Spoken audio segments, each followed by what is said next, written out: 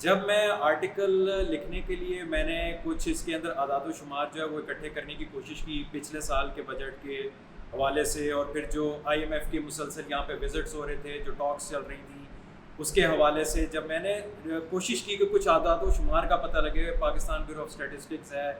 Finance ministry ہے اور دیگر جو یہاں پہ ادارے ہیں، آپ یقین کریں کہ پاکستان کے اندر سے پاکستان کے حوالے سے اعداد و شمار نکالنا جوئے شیر والا،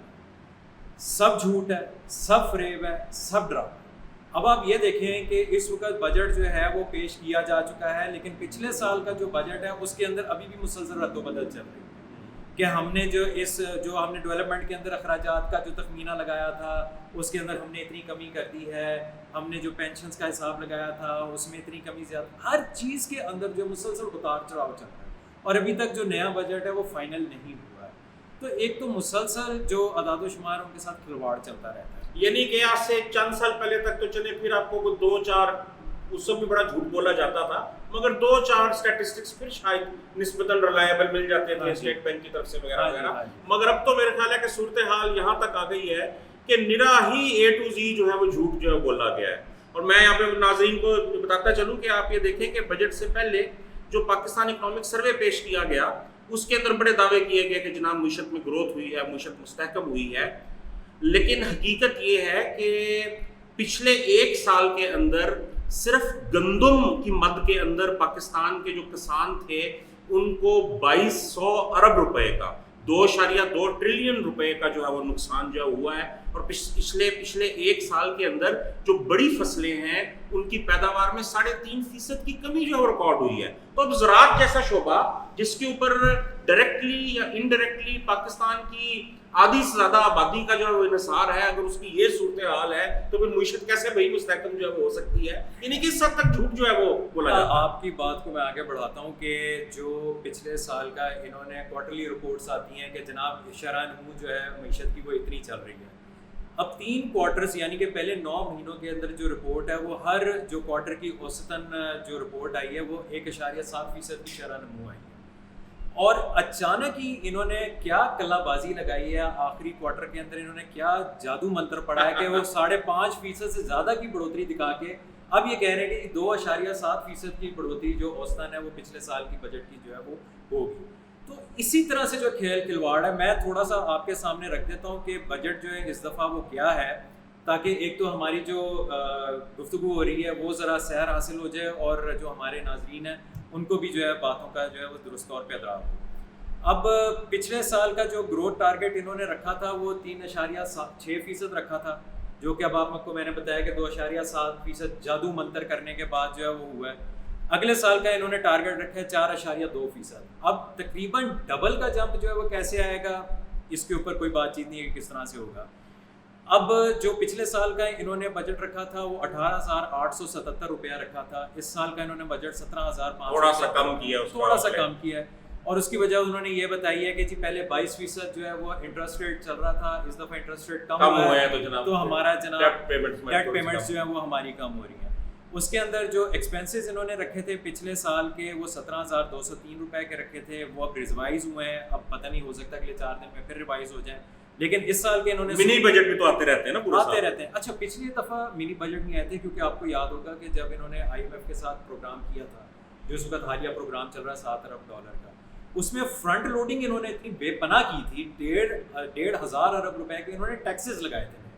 یعنی کہ آسان الفاظ میں جو مین بجٹ تھا اس میں اتنا بڑا بم پھاڑ دیا گیا تھا محنت کش طبقے کے سر کے اوپر کہ بعد میں چھوٹے بم پھوڑنے کی ضرورت ہی محسوس نہیں ہوئی، اور اس میں میرا خیال ہے اس دفعہ بھی انہوں نے یا اس دفعہ بڑے بم کے بعد چھوٹے بم بھی پھوڑنے پڑے گا۔ نہیں، اب جو ہے وہ بہرحال منسٹر فائنانس جو ہے انہوں نے کہا ہے کہ اگر ہماری یہ گزارشات نہ مانی تو 500 روپے کے مزید ٹیکس ہے، مطلب پہلے ہی اس نے فرما دیا کہ بھائی آپ تیار ہیں۔ صحیح۔ اچھا، اب اس میں جو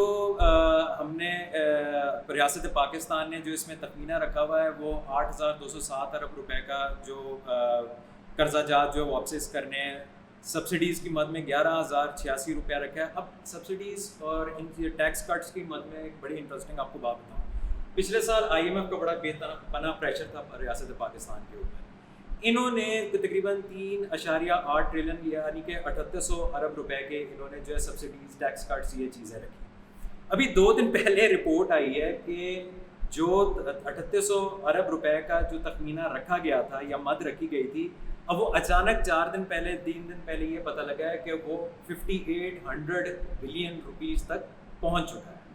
یعنی کہ بتاتے کچھ ہیں 2000 ارب روپے کا اس کے اندر مزید اضافہ کر دیا گیا ہے, اور ابھی جو ہے یہ فائنینشیل ایئر کلوز نہیں ہوا ہے, 15-20 دن ہمیں مزید جو ہے پڑے ہیں. تو اس وجہ سے جو میں آپ سے بات کر رہا تھا کہ گورکھ دھندا ہے, اس میں پتہ کچھ نہیں لگتا, کہتے کچھ ہیں کرتے کچھ ہیں, ہوتا کچھ ہے, نتیجہ کچھ ہے. یہاں پہ میں ایک بات ذرا آپ سے کہوں گا کہ آپ اس کے اوپر روشنی ڈالیں. بڑا شور مچایا جاتا ہے ہمیشہ شرح نمو کا, جی ڈی پی کا growth rate, G D P کا گروتھ ریٹ 2%, 2.5%, 5%, 8% ہو گیا, 15%, بڑا جی بڑے بڑے دعوے کیے جاتے ہیں. چلے ہم یہ نہیں کہتے, ویسے تو ہمیں پتہ ہے کہ جھوٹ بولتے ہیں سارا, لیکن ہم کہتے ہیں کہ یار ہم ان کے دعوے مان لیتے ہیں کہ جناب اگر انہوں نے 4.5% کا دعویٰ کیا ہے تو چلیں جی کچھ جادو پڑھ کے 4.5% کر دیں گے. لیکن میں یہ جاننا چاہتا ہوں کہ سرمایہ دارانہ نظام میں جب گروتھ ریٹ جتنا بھی بڑھ جائے 4.5% یا 6% واٹ ایور جتنا بھی جو وہ ہو جائے, کیا اس گروتھ ریٹ کے بڑھنے کا محنت کش طبقے کو کوئی فائدہ ہوتا ہے؟ کیونکہ اگر آپ ایک کمیونسٹ نقطہ نظر سے دیکھیں یا محنت کش طبقے کے نقطہ نظر سے دیکھیں تو اگر حکومت ایک نیا جیل بلڈ کرتی ہے تو تب بھی تو G D P growth rate بڑھے گا کہ نہیں بڑھے گا؟ 2 کلومیٹر کی سڑک اگر حکومت جو ہے وہ گولہ بارود نیا بناتی ہے آرڈیننس فیکٹری کے اندر, توپیں نہیں بناتی ہے, اس کا عوام کو کوئی فائدہ نہیں ہے, تب بھی جو ہے وہ G D P growth rate جو ہے وہ بڑھے گا. اگر اسٹاک ایکسچینج کے اوپر جو ہے وہ سٹا کھیلا جاتا ہے, بہت زیادہ سٹا کھیلا جاتا ہے, خبریں ہم سنتے ہوں گے نا, کراچی اسٹاک ایکسچینج آسمان پہ چلی گئی, 5ویں سے 4تھے پہ چلی گئی, 4تھے سے 7ویں پہ چلی گئی, تب بھی G D P growth rate جو ہے وہ بڑھے گا عوام کا تو, لیکن اس کو کوئی فائدہ نہیں ہے. اگر آپ یہ لاہور کراچی کی سڑکوں پہ آپ مہنگی لگژری ایس یو ویز, عام آدمی کے پاس موٹر سائیکل خریدنے کے پیسے نہیں رہے مگر مہنگی لگژری ایس یو ویز کی بھرمار ہے, اور یہ سب امپورٹ ہو کے آتی ہیں. تو جب یہ جو جن کی تجوریاں بھری ہوئی ہیں, جب وہ لگژری آئٹمز امپورٹ کرتے ہیں, لگژری کنزمپشن کرتے ہیں, تب بھی consumption driven G D P growth جو ہے وہ ہوتی ہے. تو کیا واقعتاً یہ جو شرح نمو ہے سرمایہ داری میں, اس کا کوئی عوام کے ساتھ تعلق ہوتا بھی ہے یا نہیں؟ اچھا, پہلی چیز تو یہ ہے آفتاب صاحب کہ اگر عوام کے نقطہ نظر سے دیکھا جائے معاملے کو, اور ہمارا بطور کمیونسٹ کام بھی یہی ہے کہ ہم عوام کے نقطہ نظر سے ہی چیزوں کا تجزیہ کرتے ہیں اور انہیں کی ہی نمائندگی کرتے ہیں مختلف جب ہم تجزیات کر رہے ہوتے ہیں. تو میرا خیال ہے کہ 2 جو سب سے زیادہ اہم چیزیں ہوتی ہیں کسی بھی بجٹ کے حوالے سے, فائنینشیل ایئر کے حوالے سے یا اکنامک سروے کے حوالے سے, اس کے اندر ایک تو جو ہے روزگار, بے روزگاری کا جو ہے وہ پتہ ہونا چاہیے. پہلی چیز تو یہ ہے کہ ہمیں پاکستان کے اندر یہی نہیں پتہ ہے کہ پاکستان کی جو ہے وہ ایکچوئل پاپولیشن کیا ہے. آپ کو پتہ ہے کہ مسلسل جو ہے وہ مختلف سینسس جو ہے وہ آتے رہے ہیں, لیکن اس کے اندر چلے ہم اندازہ لے لیتے ہیں کہ 25 کروڑ ہے. اب اس کے اندر پہلی چیز تو یہ کہ جو اکنامک سروے پیش کیا گیا ہے اس کے اندر کہیں پر جو ہے وہ بے روزگاری کا جو ہے ذکر نہیں. دوسری چیز یہ ہے کہ اس کے اندر جو خط غربت سے نیچے یا اوپر یا اس تک کتنے لوگ ہیں اس کا کوئی ذکر نہیں ہے. حالانکہ بھی ایک ورلڈ بینک کی رپورٹ بھی آئی ہے جس کے اوپر اسی کا ذکر, یہ وزیر خزانہ صاحب بڑے سیخپا ہوئے ہیں, بہت سیخپا ہوئے ہیں. اس کے اندر ایک تو جب ان امپلائمنٹ کی بات کی گئی تو وزیر خزانہ صاحب نے تو جو ہے سیدھا منہ پھاڑ کے یہ بات کی کہ بھائی نوکریاں دینا, یہاں پر بیٹھ کے نوکریوں کے اعلانات کرنا ریاست کا, حکومت کا کام نہیں ہے. یہ کام جو ہے وہ نجی سیکٹر کا ہے, نجی سیکٹر جانے اور آپ لوگ جانے. تو پہلے تو انہوں نے اپنی قمیض اسی چیز سے جھاڑ لی کہ بھائی یہ تو ہمارا کام, یہ نہیں کہ انہوں نے یہ کہہ دیا کہ بھائی حکومت کا, ریاست کا کام صرف ٹیکس نچوڑنا ہے, صرف ٹیکس نچوڑنا ہے. حکومت اور ریاست کا کام جیلیں چلانا ہے, فوجداری قانون چلانا ہے, فوج اور پولیس چلانا ہے, انٹیلیجنس ایجنسیاں جو ہے وہ چلانا ہے, اور عوام سے ٹیکس چھوڑنا ہے. اس کے علاوہ اور کوئی کام نہیں. اور بھی بہت کچھ کرنا ہے, اس کا ذکر کرتے ہیں آگے. جو خفیہ کارروائیاں ہوتی ہیں ان کا ذکر کرتے ہیں, کافی ساری چیزیں ان کا ذکر کریں گے. اس میں پھر جو غربت کی جو آپ بات کر رہے تھے وہ ورلڈ بینک کی رپورٹ آئی ہے, اور اس میں انہوں نے جو ہے تقریباً 44.2 یا 44.5% جو ہے انہوں نے کہا ہے کہ پاکستان کی جو ٹوٹل پاپولیشن ہے وہ خطے غربت سے نیچے. اب جو سیخپا ہو رہے تھے منسٹر صاحب, وہ اس بات پہ سیخپا ہو رہے تھے کہ $2.15 سے لے کر اس کو بڑھا کے $3 پر ڈے کے اوپر جو ہے نا اس کو لے آئے ہیں خط غربت کے جو ایک معیار ہے اس کو. پھر غربت پہلے تو وہ غصہ اس چیز کا اوپر ہو رہے تھے کہ مجھے تو پتہ ہی نہیں ہے یہ کیسے ہوا ہے, میں تو معیشت کا طالب علم ہوں, ہم نے تو کبھی دیکھا نہیں ہے وغیرہ. قطع نظر اس بات سے کہ بھائی جو رپورٹ کے اندر لکھا گیا اس کے اوپر بات کی جائے. اگر سرکاری اعداد و شمار جو ہے وہ یہ بتا رہے ہیں کہ 44-44% جو ہے وہ خط غربت سے نیچے ہیں, پھر خط غربت پر کتنے ہیں, اس کے اوپر آس پاس کتنے منڈلا رہے ہیں. اب کچھ جو معیشت دان ہیں وہ تو یہ کہتے ہیں کہ 50 سے 60% تک جو ہے یہ خط غربت سے نیچے جو ہے لوگ رہ رہے ہیں. لیکن اگر خط غربت کے اوپر یا اس کے آس پاس کے اگر ہم لوگوں کو منا لیں تو تقریباً میرا خیال ہے کہ مختلف اگر ہم ذرائع کو دیکھیں تو 80-85% جو آبادی ہے پاکستان وہ خط غربت کے نیچے ہے یا غربت پر ہے یا تھوڑا سا اوپر ہے. یعنی کہ ہر روز اس کو یہ خطرہ لاحق ہے کہ وہ آج نہیں تو کل نہیں تو پرسوں وہ خط غربت سے نیچے گئے. یہاں پہ میں تھوڑا سا شرح نموز کی جو آپ نے بات کی ہے, حکمران طبقے کو اور سرمایہ داروں کو, ٹھیکیداروں کو, ذخیرہ اندوزوں کو, ان کو تو بڑا فائدہ ہے, لیکن عوام سے اس کا کوئی تعلق نہیں. یہاں پہ جو ہے وہ ولید نے بہت امپورٹنٹ جو ہے وہ بات جو رکھی,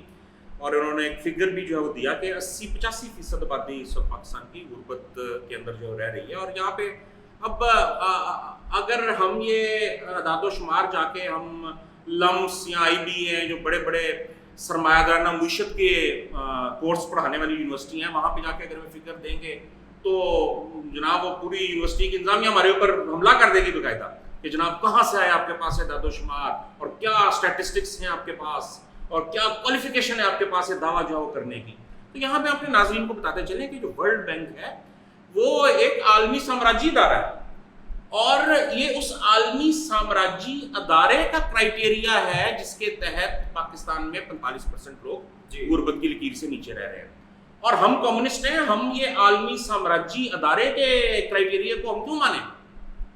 ہم تو غربت کا فیصلہ کرنے کے لیے ایک انسانی کرائیٹیریا کو جو ہم مانیں گے کہ سماج کے اندر جو ہے وہ ایک انسان جو کہ اشرف المخلوقات ہے, اس کی جو ایک شان شان زندگی ہے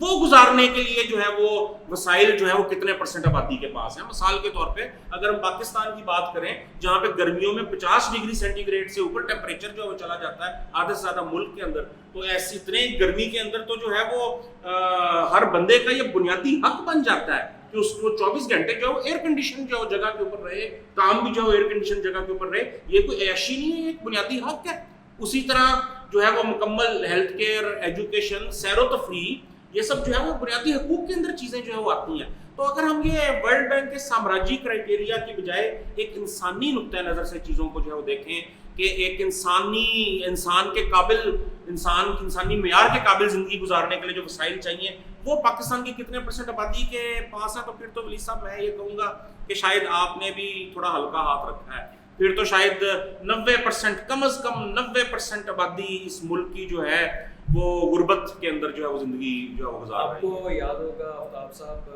ہر سال ویلتھ ٹیکس رپورٹ ایک آتی ہوتی ہے جو پوری دنیا کی جو امیر عمارت ہے اور اس کے اندر جو مختلف جو اس کے اندر سلیبس بنتی ہیں ان سب کے حوالے سے جو بات چیت ہوتی ہے. اور مجھے یاد ہے کہ چند سال پہلے میں اور آپ ہی جو ہے وہ ایک جگہ پہ بیٹھے ہم ڈسکس کر رہے تھے کہ جو ویلتھ ٹیکس کی اس وقت رپورٹ آئی تھی, میرے غالباً 3 سال پہلے کی رپورٹ تھی. اس کے مطابق جو انہوں نے کرائیٹیریا سیٹ کی ہیں جس کے اندر رہائش کے لیے گھر, موبائل فون, گاڑی, صحت, تعلیم, یعنی کہ ایک معیار زندگی جس کی آپ بات کر رہے ہیں کہ ایک انسانی زندگی گزارنے کے لیے معیار زندگی جو ایک عام انسان کو چاہیے, اس کے حوالے سے ان کے مطابق تقریباً 5 سے 8% یا 10% ٹوٹل آبادی پاکستان کی بنتی ہے جس کے پاس وہ تمام لوازمات زندگی جو ہیں وہ موجود ہیں جس کے اوپر ایک قابل عزت انسانی زندگی گزار سکتے ہیں. تو یہ 80-85 کی جو میں نے بات کی ہے یہ تو جو ہے ایک وہ اندازے ہیں جو اندر سے ادھر ادھر سے جو ہے مختلف ہیں. ورلڈ ٹیکس کی جو رپورٹ ہے اور بڑی مستند جو ہے ورلڈ بینک کی طرح اور IMF کی رپورٹ کی طرح جو ہے وہ اس کو مانا جاتا ہے, دیکھا جاتا ہے. تو اس کے مطابق تو کوئی تقریباً ہارڈلی 8%, 10% پاکستانی ہیں جو کہ کوئی انسانی زندگی. لیکن اس کے ساتھ ساتھ میں ایک اور ذکر بھی کروں گا کہ آپ میں نے تو خیر جب سے ہوش سنبھالا ہے میں پریس کانفرنسز دیکھ رہا ہوں اور میں ٹی وی پہ جو ہے یہ جو روز بدر تماشا لگتا ہے اس کو میں دیکھتا ہوں. لیکن پچھلے چند سالوں کے اندر میں نے خاص طور پہ دیکھا ہے کہ جو بھی منسٹر صاحب یا کوئی بھی سیکرٹری صاحب یا کوئی بھی بابو آ کے بیٹھتا ہے ٹی وی کے اوپر اور جب وہ بات کرتا ہے معیشت کے اوپر یا معیار زندگی کے اوپر, ان چیزوں کے اوپر, ان کے چہروں کے اوپر جو ہے 2 طرح کے تاثرات ہوتے ہیں. ایک تاثر ان کے چہرے پہ وہ ہوتا ہے جیسے ایک سخت گیر استاد کا نہیں ہوتا تاثر کہ تمہیں نہیں پتا، ہم تمہیں بتا رہے ہیں کہ زندگی بہت اچھی گزر رہی ہے. اور دوسرا بھائی ان کی زندگی تو اچھی گزر رہی ہے، وہ پرائیویٹ جیٹس پہ گھومتے ہیں اور 5 اسٹارز میں اسٹے کرتے ہیں. ابھی سرکاری خرچے میں پوری دنیا کے بلاول وغیرہ دورے جو کرتے ہیں پھر رہے ہیں، اپنی تنخواہیں 800% بڑھا لیتے ہیں، تو ان کی تو زندگی اچھی گزر رہی ہے. اور دوسرا تاثر ان کے چہروں پہ ایسے ہوتا ہے کہ جیسے ان کو خود یقین نہیں آ رہا کہ ہم جو ہے جھوٹ بولی جا رہے ہیں اور یہاں پہ لوگ بیٹھ کے اس کو سن بھی رہے ہیں اور اس کو مان بھی رہے ہیں. تو وہ یہ ایک آپ کو تاثرات جو ہے وہ ان کی شکل کے اوپر نظر آتے ہیں. اور میں آپ کو بتاؤں کہ یہی جو سیکٹری یہ جو فائنانس منسٹر ہے، یہ ان سے کئی دفعہ پوچھا گیا کہ بھائی آپ نے اس بجٹ کے اندر جو منیمم ویج ہے، کم از کم اجرت ہے، جو کہ ایک قانون ہے کہ کم از کم اجرت جو ہے اس کا تعین کیا جائے گا بجٹ کے اندر، وہ آپ نے 37,000 روپیہ جو ہے وہ 37,500 روپیہ کوئی اضافہ نہیں کیا، اس میں کوئی اضافہ نہیں ہے. جبکہ سینٹ کا چیئرمین ہے، اسپیکر اسمبلی ہے، ان کی تنخواہوں کے اندر 2.5 لاکھ روپے سے ان کی تنخواہیں 13-14 لاکھ آپ نے ایک نوٹیفیکیشن اس سے بھی زیادہ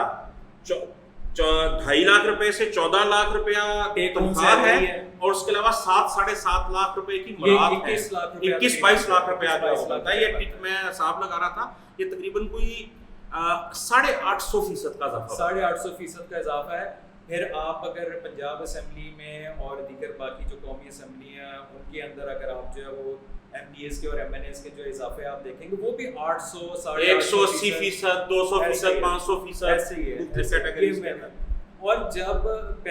پنجاب کے اندر اتنا بڑا دیوہیکل اضافہ ہوا تھا تو یہاں پہ جو